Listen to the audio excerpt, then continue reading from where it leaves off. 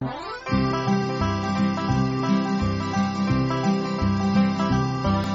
day as I was wandering through the aisles of my art store, I bought myself a diplomat and some Bristol board.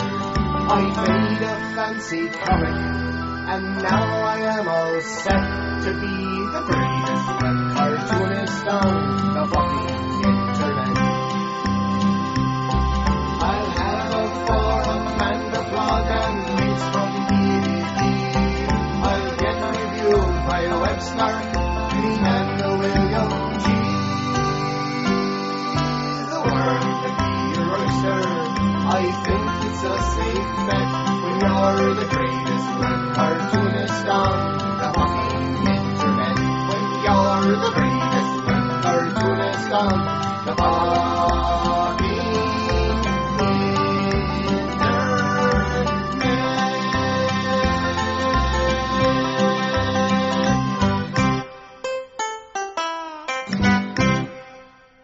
And now, live from Planet Earth Entertainment presents the Masters of Webcomics Podcast.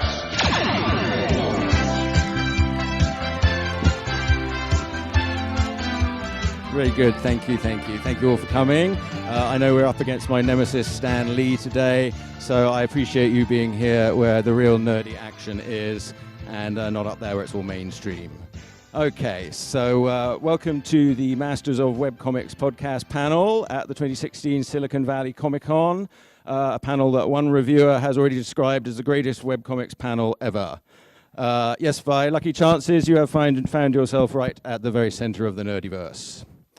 So I'm Chuck Whelan. I'll be your moderator for the next hour, in which we're going to talk to a panel of longtime webcomicers who are either still making them now or who have gone on to interesting and diverse careers in the arts. So the aim of our discussion today will be to find out what it takes to make a webcomic, what you can get out of it, and how making one can form a great foundation to a career in the creative arts. So can we get a quick show of hands here? Who already makes a webcomic here? Oh, very good. Okay, just a few of you, yes. And anyone just thinking about making a webcomic? Okay, very good. And who just wandered in here and has no idea where they are or what they're doing? All right, very good, very good. All right, so, well, we were hoping, I'm sorry if you saw the flyer and you were hoping that we were going to be recording in virtual reality. Unfortunately, Dinosaur Don is possibly extinct. He may come in here rampaging around and devour half of you at some point during the show. But anyway, so yes, but otherwise we're just, we'll have an audio recording for the podcast and create a little archaeological time capsule on the internet superhighway for the denizens of the future, our mechanical descendants who will be looking back at us here in the end times of humanity and wondering what just the hell we were all doing. Okay, so without further ado, let's go on with it and meet our panelists. Next to me here is Shana Garrity. So Shana, why don't you tell us a bit about yourself and your webcomics and some of the other things you might be most well known for, and then we'll just go on down the line. Okay, I am Shana Garrity. Is this working, by the way? Boss. And I did a webcomic called Narbonic from 2000 to 2006. Thank you. And I currently do another webcomic called Skin Horse, which is set in the same universe as Narbonic, but has a completely different plot and cast of characters. Narbonic is about mad scientists, and Skin Horse is about people who have to clean up after the mad scientists. I've also written and drawn various other comics, and wow, that's super old art. And that's from the video, from the role-playing game. Yeah, that's when somebody designed a role-playing game. Yeah, that was very old though. This is when I was coloring with like crayons. Based on the Amber role-playing game. It was cover, based on the. Recall. Thompson's our role-playing expert, as he will probably explain in a moment. And I currently also write a fair amount of prose science fiction, and I've got all of that on my website, shannon.com.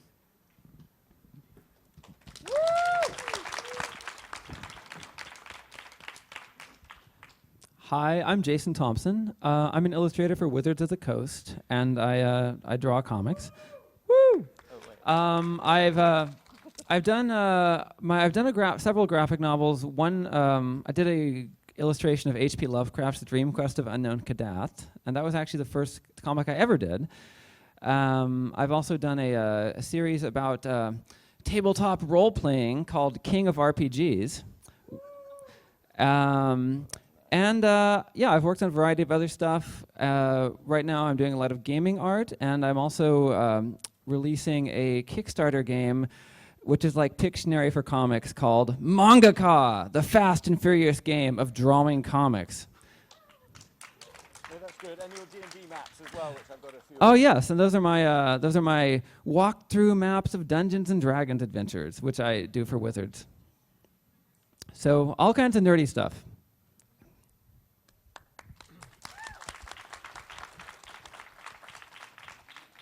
Hello, I am Jonathan Lemon, the other person with a very strange accent up here on the stage today. I draw a webcomic called Rabbits Against Magic. I've been nominated twice for the Reuben Award for short form webcomic. And I also do animations, and I used to do a lot of political cartoons, but not so much. And you can see my work flashing before your eyes as we speak. Well, we can come back to some of those, yeah. Okay.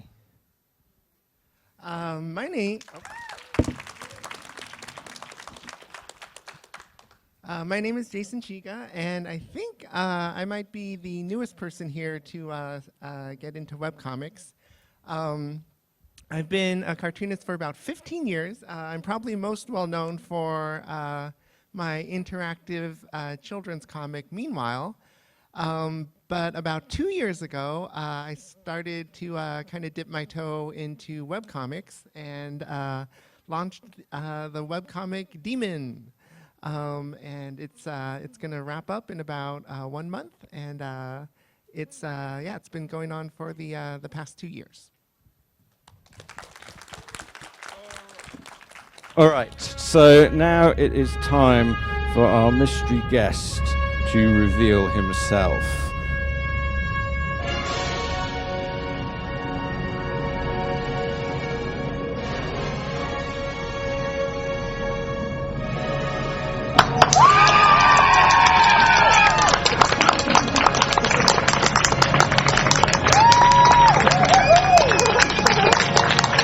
Hello.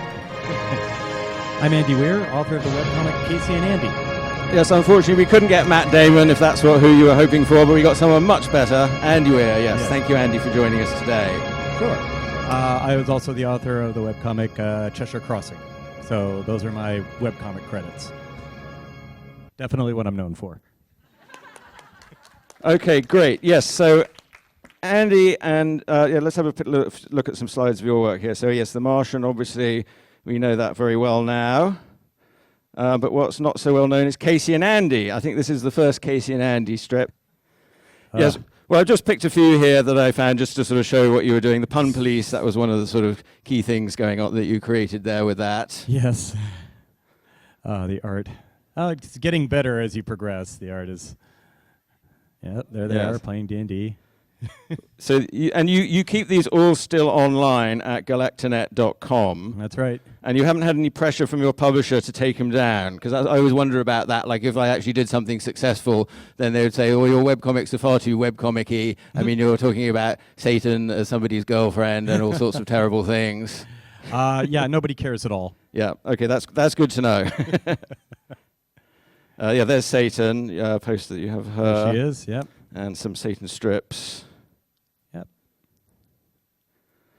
So yes, and the writing is very good and very punchy and funny, and I like this little bug creative fairy, thing. yes. She adds bugs to your code.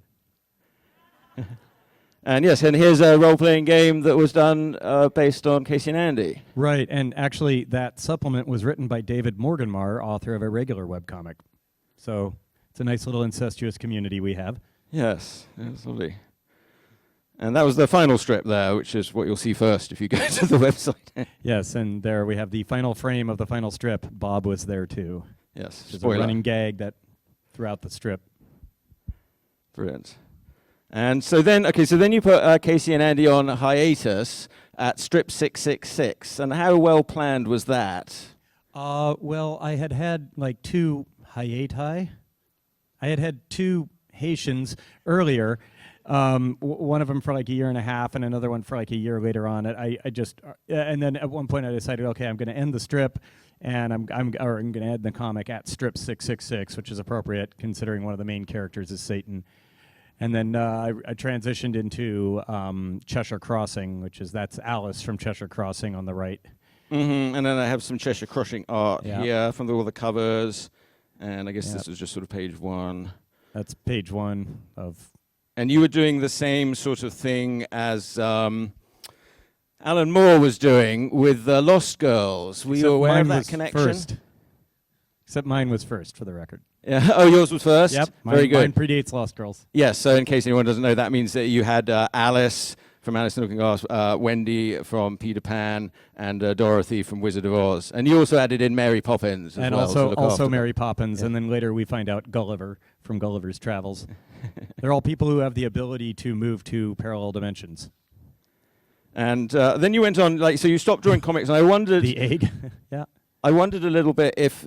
I saw one review of your work that mercilessly trashed your art on bad webcomics. Oh, yeah. Bad webcomics. You can if you just Google for like Cheshire Crossing, like bad webcomics, you'll find their scathing review. I remember I was in Germany at the time on vacation, and so I was like by myself in a hotel. I had like jet lag. I was up. I couldn't sleep, so I was just like browsing the web, and I found that review, and I'm like, yeah, that must mean. I mean, they're quite selective on who they pick to trash. There's not. Yeah, it's all right. But even that scathing review said the writing was good. It's just the art was crap. Yes, it was very complimentary about the writing. I can accept that. Yeah, so that works for me. Is that sort of what focused you on writing, and then you started doing the sort of short stories and things? No, I mean, I always like the writing more than the art. I'm a terrible artist, and I also don't really like the process of making art. So if either of those two things wasn't true, I could just keep making comics, right? No one's going to stop me from making crappy art. I mean, look at Randall Munroe. But I didn't like anything about it, and I decided I really just like telling stories. So I transitioned into narrative fiction. All right, great. Well, okay, so that's just a quick introduction with everybody there. Thank you. And so Andy and Shannon both used to do mad science webcomics, and so I am now going to attempt a little bit of mad science of my own. With the miracles of modern technology, I'm going to try and contact my co-host for the Masters of Webcomic. Did we lose some sound? No, we're back. All right. But while I do that, okay, here we go. Okay, we're going to try and call Adam Prosser, who is currently sitting in his bedroom in Toronto, waiting for our call, I believe. But yeah, in the meantime, perhaps the rest of it, everyone would like to have a little discussion about what you were hoping to get out of doing a webcomic when you started. What was your vision? What were your goals? Did you have any grand plans? And what were your expectations? So Shane, why don't we start with you? Well, I was really in the old school of webcomics. I started in 2000, and I just really liked drawing comics. I was in college, and I'd been drawing a comic strip for the college newspaper, which was a ridiculously common way for people to get into webcomics at that time. And, I was graduating, and I didn't have an excuse to keep drawing comics, and then someone introduced me to Sluggy Freelance, which was running at the time and I think is still going. And I said, hey, I can do that. So I set up a website and started doing Narbonic. I think I spent a few months planning out the plot and everything. And look at this fellow. Look at this little man. Is he there? I didn't have any grand plans for it, and somehow I'm still doing it. Hello, can you hear me, San Francisco? Yeah, hang on, Adam. Yeah, Shannon's just talking right now. There he is, Adam Prosser. He, the R2 to my C3PO. Can you hear me? Is this audible now? No, not really. Hang on, let's see if I can put my microphone next to you. Yeah, I think the problem is the audio won't come out as well as the video. But you're not really coming through on the main feed. You're sort of quiet. I can hear. I'll translate your questions. I can hear you. If you say anything important, I'll relay it to the rest of the panel. Okay. In the unlikely event that Mr. Prosser says something important, it will be relayed. So Adam was sitting there, and he may have a question as we continue. But right now, we're just finding out how how everyone started their webcomics and what their expectations were at the outset. I didn't have any grand plan for comics, which is probably one of the great problems I've had in my career. I just really like drawing. And at the time, people were just starting to do webcomics in sizable numbers. And so I don't think anybody had like a clear idea of where this was going or like how many people were going to end up reading comics online, or that the internet was going to, well, I mean, the internet was pretty big by 2000, but not, as universal as it is now. So I just dove into it, and, to my great folly, I'm still doing it today. But, Andy started around the same time, right? Yeah. Yeah, I think I started Casey and Andy in 2000, maybe 99, I'm not sure. I actually self-published print comics before I did webcomics, and that was my first H.P. Lovecraft comics back in around 1998. And then I kind of put it aside for a while, and I started concentrating on work. And at the time, I was working for Viz with Shannon. But I was the editor of a bunch of manga for Viz, and I was the editor of Shonen Jump magazine. And I was actually in Japan talking to one of the Japanese editors of Shonen Jump. This is in like 2002. And he was like, comics, manga, it's so great. And I was like, yes, I agree completely. And he was like, tell me, did you ever want to do comics when you were a boy? And I was like, wait a minute, I still want to do comics. So I kind of transitioned out, and I cut myself to part-time and decided to spend the extra 2 days a week just doing comics. And at that time, Shannon had been doing comics for quite a while, and thanks to her, I was invited to submit a comic to a webcomics collective site. It was not thanks to me. It was all on his own talent. Ah, shucks. And that comic was The Stiff, which was a high school romantic comedy horror slice of life comic, which I did for 5 years. And then I basically I started getting other assignments and other projects which were not drawing The Stiff. And I did a book, Manga the Complete Guide, and I did started getting illustration work and writing other comics, and and those things became more exciting to me and more rewarding, and I sort of moved into that. I'm not quite sure where to start, really. I was born at an early age, and I've been doing cartoons for pretty much as long as I can remember, but the webcomic thing started because I had been in the Peace Corps in the mid-2000s, trying to save the world from a small remote village in Honduras. And I came back to the US and didn't have anything to do and didn't have a job or anything, so I just figured a good way to get back into the swing of the rat race would be to start drawing a comic every day, no matter what. So I started off posting them on a site called Comic Sherpa, which I think Shannon is still on, yeah? No, I was never on Comic Sherpa. I'm on, but we're both on Universal Euclid now. So I guess after a couple of weeks, I was promoted to the bigger site, which is called Go Comics, or comics.com, where I remain to this day, 3,000 strips later. I've never missed a day. I've never repeated a strip, never run any duplicate strips or reruns or anything. So that's it. Actually, Jonathan, can I just ask, I mean, so did you, I mean, how much did you really calculate what you were doing in terms of like making a syndicatable strip? I mean, you'd been drawing cartoons for a long time, and then were you thinking, oh, I want to make a syndicated strip, I'm going to have a go at it? What did you expect was going to happen? Yeah, so there was no plan. I literally started drawing with absolutely no plan, no characters, and just the idea was to see what developed, see what I liked doing. And I did keep it to a format that could be used for possible print syndication as well. And one of the things I was going to say actually was that what I love doing about the webcomic is that I do other work for hire stuff for my main source of income. And the webcomic just allows me to do whatever I want to do. I'm my own boss. No one can tell me how to change it or anything. And that is really important to me as a creative person to kind of justify what I'm doing elsewhere to screw up the world.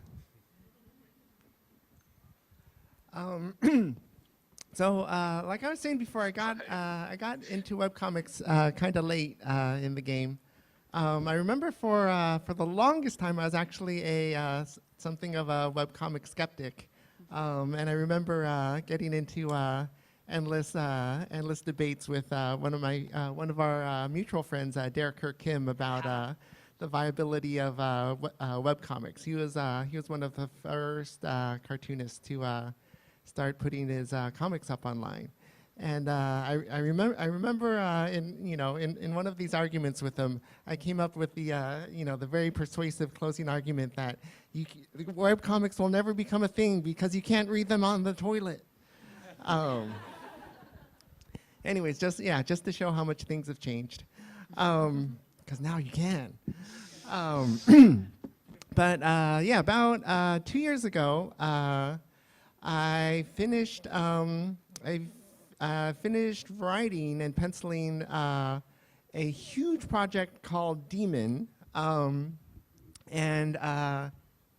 the original idea behind Demon is that it would be one really fat graphic novel. It was designed to be 712 pages because I wanted it to be one page longer than Habibi.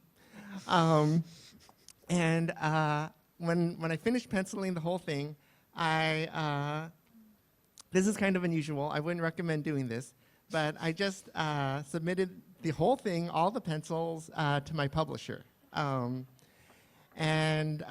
this is why I don't recommend doing this. Usually the way it's done is you submit a proposal for a story, and then go ahead and draw it. But anyways, who was your publisher? Had you had a history with this publisher? Yeah, they published all my previous books. They did Meanwhile and Empire State, and I thought really all I had to do was show them this this massive 712-page tome, and just drop it into their laps like a stick of dynamite, and just say, publish this. You have no choice. And anyways, after doing that, well, it's a long story, but basically my agent and my editor got me on a three-way phone call and begged me not to do this project because it's really wild. It's really insane. Let's see if I can bring a quick shot from that up. I've got a good page from that here. I don't know if we saw that before. Anyways, it's Demon. This comic that I'm talking about is about it's about this guy who discovers he can't die, and then he goes on to perform various experiments, trying to figure exactly why this is. And that's not really a spoiler, is it? No. And he has to jury rig a bunch of science experiments, and finally he figures out what's going on. And Andy, you might like this, but at one point he's stuck in a jail cell with no way to escape. Yes, this is very interesting. Yes, Jason. Yes. There's nothing in this jail cell except for a square piece of toilet paper that got stuck between his balls and his anus. And using only this one piece of paper, he has to escape from the jail. And you're gonna love this part. You might want to steal it for the sequel. If you have children, you might want to cover your ears at this point. Oh wait, there's kids here. Okay, never mind.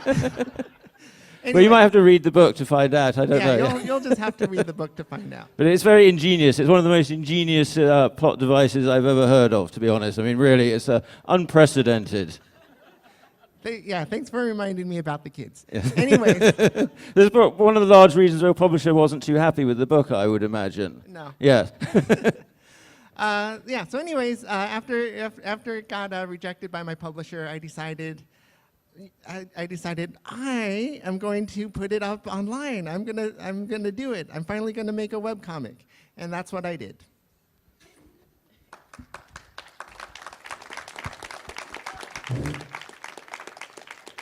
Pardon me.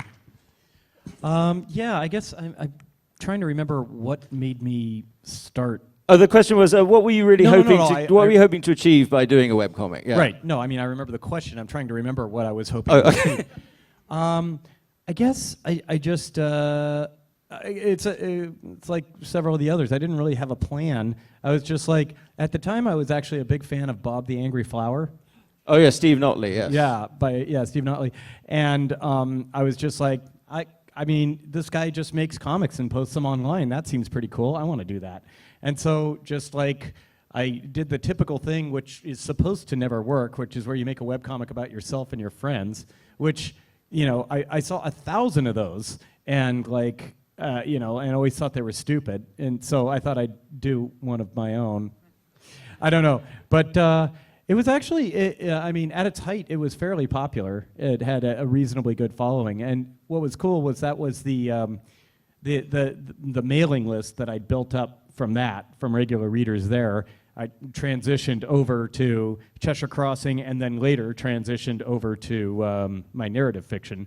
So those core Casey and Andy readers are the ones who became the readers of The Martian when I was posting it chapter by chapter, which is why The Martian is so technically accurate, because my core readers were a bunch of hardcore nerds. And so they're the, you know, sort of people who point out all those problems. Yes, quite. Okay, so, well, I guess my next question then is really starting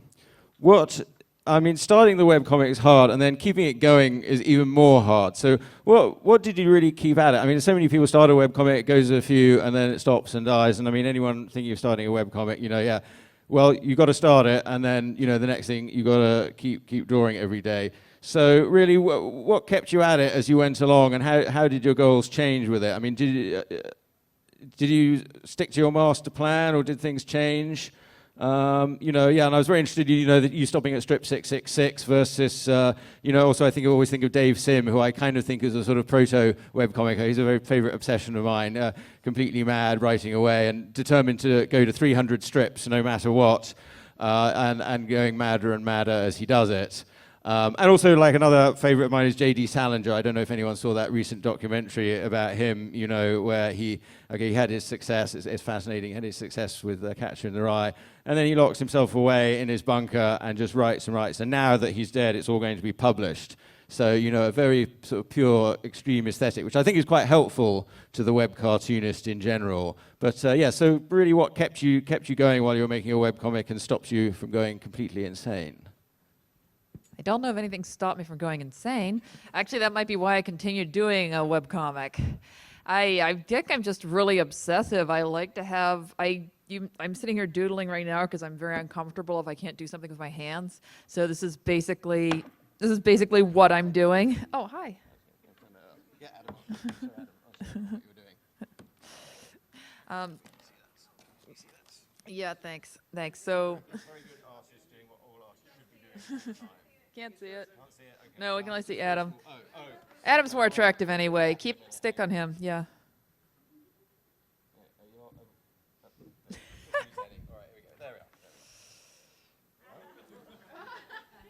Nope. Oh, I think I killed Silicon Valley. Well, thanks, Mauricio. Oh, no, come in. Is that my fault? Yes. Okay. Thanks, Mauricio. Appreciate it. And it froze again on an awesome face. Okay. Yeah, Adam, your face looks just. Can you see this? It's adorable. All right. Yeah. Oh, there you go. You're back. No, you're gone. It's like the end of the episode. Now the song starts playing. And Yeah. The credits roll. Okay, I think we've tried turning it off and on again. All right, there we go. I don't know if anyone can see this. Science. Okay, there we go. My Seeing this little drawing. doodle. That was the point of it. Yeah. Yeah, that's my mother in Catholic school. Oh. Oh, I thought it could be one of the characters from Cheshire Crossing as well. Well, almost, it's that yes. uniform. Yeah. Yeah. I'm going to draw my aunt next to her there. Don't insult her art that way. Oh, well, okay. Dude, I wish my comics were half as popular as yours were. But yeah, I think it's always been, like, comics have always been like sort of just successful enough for me to be encouraged to keep on going, and yet not quite successful enough that it really makes logical sense.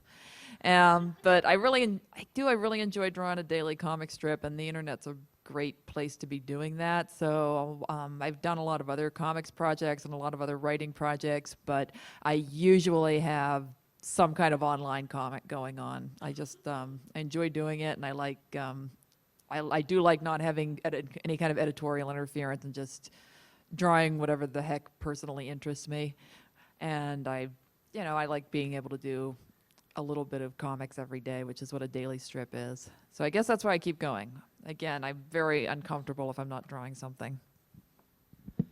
Well, like Chuck for Dave Sim, I've always been fascinated with these super, super long comics. In my case, especially really long manga, I've always been fascinated by how the stories can sort of evolve and mutate and go in different directions in a long manga, and how these stories can be thousands and thousands of pages. Although, of course, to require that, they need dozens and dozens of assistants to draw this, which is something I didn't consider when I decided I would do a super detailed manga-style long-running webcomic. But I really wanted to do a long sort of story arc, kind of novel-like comic in that style. So I had always planned out the plot of my big webcomic, The Stiff, and I'm still very, very fond of that plot and hope to use it somewhere. But it's a very interesting challenge it requires a lot of discipline to draw those pages, and be consistent week after week and day after day. And I think ultimately that's the most important thing. And I did, at a certain point, I started to, I just started to go on a hiatus, and because I get to a point where I wanted to like really flesh out. I wanted to really like draw some sketches of storyboard and flesh out the next part, but looking back, I think it would have been better if I had a continual straight running through, even if I was sort of driving blind, not knowing where I was going.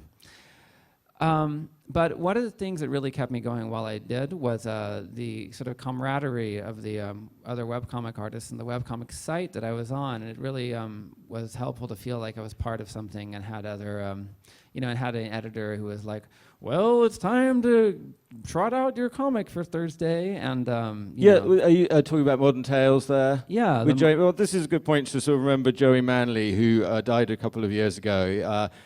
He was a young guy and decided. I think he made a little bit of money off a .com, a bit like Andy, you did. You made out a bit from AOL. I remember reading, and that got you started. And but Joey, he was just a comics fan, and he decided to start up this webcomics portal, professional webcomics portal with subscriptions, and really did a lot to get things going. So I mean, if you're a fan of comics, you don't just have to be drawing them, there's, you can be supporting artists and getting them going, and it's just that's, he really was an inspiration. I think a lot of us wouldn't be here at this table without him. So thank you, Joey. Joey was a really amazing person. I was completely devastated by his death, and he was absolutely fantastic. A lot of fun. Did keep trying to encourage me to move to Kentucky, which was terrible, but otherwise he was a great guy. I kept pointing out that if I moved to Kentucky, I could make a living off my webcomics. And I said, yeah, I guess that's true, Joey. But he was really great. And Thompson and I were both on one of the. I was on Modern Tales. Narbonic ran on Modern Tales, and Thompson and I were both on one of the Modern Tales spin-off sites, Girl-O-Matic, which was run by Leah Hernandez, another amazing person. Yeah. And she was. But that had a really tight-knit community. Everybody was really friendly on Girl-O-Matic. And of course, all this was before things like Patreon, Kickstarter, and Indiegogo, which make it, and also social media, which makes it so much easier to spread the word about a webcomic and to make money off a webcomic. I guess for me, the comments I get for my strip are pretty much an impetus, good or bad. It sort of makes you realize that if people are actually reading it, because I spend an enormous amount of my time locked away in my hermit-like basement, like a mole rat, producing this stuff. And so it's good to get feedback. And I guess also the urge that a lot of people have to say Twitter or post pictures of their food on Instagram. For me, it's like I post my strip. And at least I'm getting a little bit of money that way, and it's drawn out and thoughtful, and it's mine. And when people repost it and give you positive feedback, that's wonderful. Well, like Jason Thompson, I find myself very drawn to longer works in comics.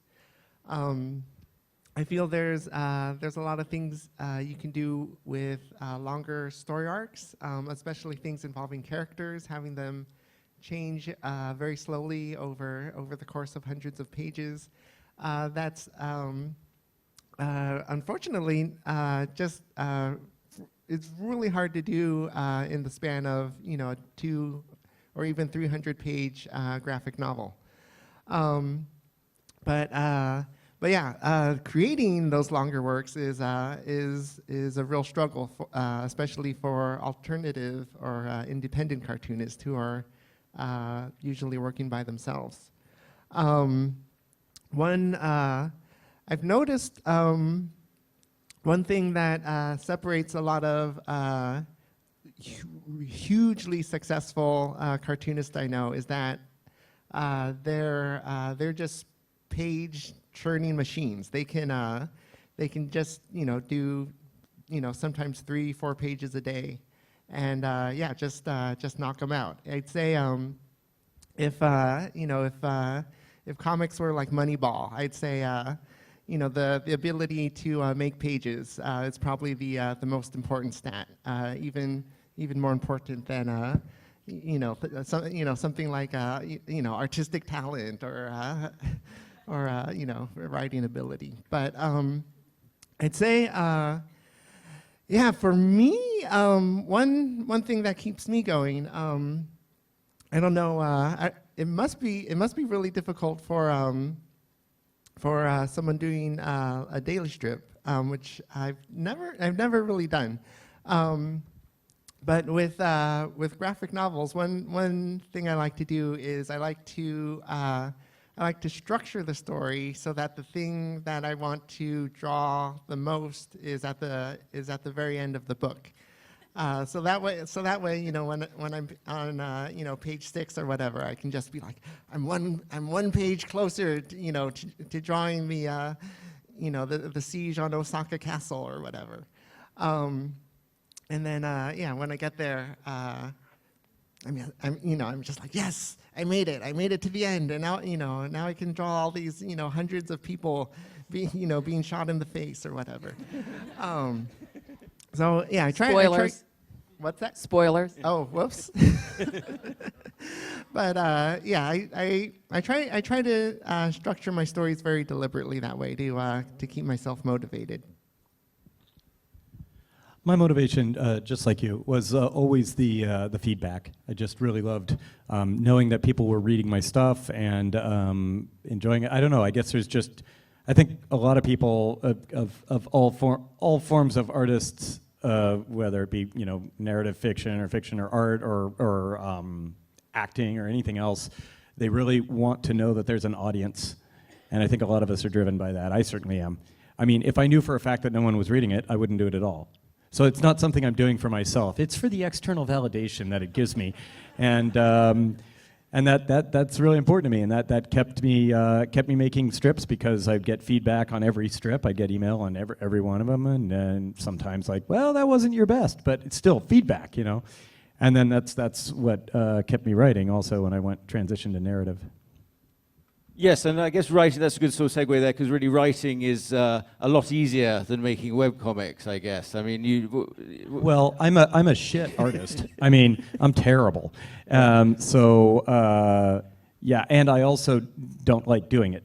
Yeah. So, yeah, I did just really much happier doing narrative fiction. Yes, I listened to you on the Geek's Guide to the Galaxy podcast. And I also had, Alex Garland was on there, and he had a sort of very similar story. Alex Garland, the writer of The Beach and stuff, and his dad was a cartoonist for a newspaper in England.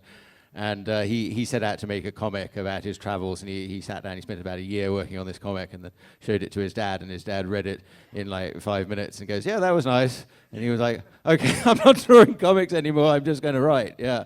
Yeah, it took me 6 months to make each issue of Cheshire Crossing took me 6 months to make, and each issue could be read in about like 10 minutes. Yes. Yeah. So you can sit down and over 30 or 40 minutes read the entire archive of Cheshire Crossing, which took me years to make. Yeah. It's got a really bad webcomics in general have a really bad ratio of the amount of work the creator has to do to the amount of entertainment the consumer gets. Yes. So they've given us a warning that we have 2 minutes, by the way. Oh, we've got 2 minutes left. Now it's 1. 1 minute. Okay, well, I guess that's it. I guess, well, I don't know if quickly, is there, what would you say to young people wanting to start a webcomic now? Would you say do it, don't do it? What one tip would you give? I would say do it. What have you got to lose? If you enjoy the process of creation, it costs you literally $0 to make it and post it somewhere. What have you got? There's no reason not to. Just do it. I always say nobody got worse at not drawing, so just keep drawing, and you're only going to get better. Yeah, I mean, even though I didn't finish the stiff as a webcomic, the amount of artistic practice and improvement that drawing those 250 pages got me was incredible. And especially if you can like meet those deadlines every day or every week, and if you can draw into the night and love doing it, then yeah, draw those webcomics. Yeah, totally draw webcomics, unless somebody offers you a whole bunch of money to do something else, and then you should do that other thing. But also maybe do webcomics at night. You have to really love it and believe in it, I would say, and believe in yourself. But keep believing, and dreams can come true, I guess, as Andy has shown us. And yeah, leading a webcomic for myself, it was a great discipline, doing it every day. Forcing myself after work to get on and do it. So anyway, I guess that's our time. So thank you very much, everyone, for being here. I was going to ask Andy to explain quantum entanglement for us, but I guess we don't have time for that anymore. So thank you, Andy. You're an amazing writer. Your stories are just right to the punch. Your ideas are so clear and simple and original and speaking so well to the times that we live in. And everyone else, you know how much I admire and respect and love your work. So thank you for being here. You can listen to mastersofwebcomics.com. I have interviews with everyone here, except for Andy and Jason. Jason, I'd love to get you on. I'm going to hopefully start a second season with but not me. Adam there. Adam, I don't know if are you still with us? Yeah. No, you're not been on the screen for a while. You blew it up. You killed Silicon Valley. All right, so that's it. Thanks to the Convention Center. Thanks to everybody. And I guess we'll see you in the funny papers. Goodbye.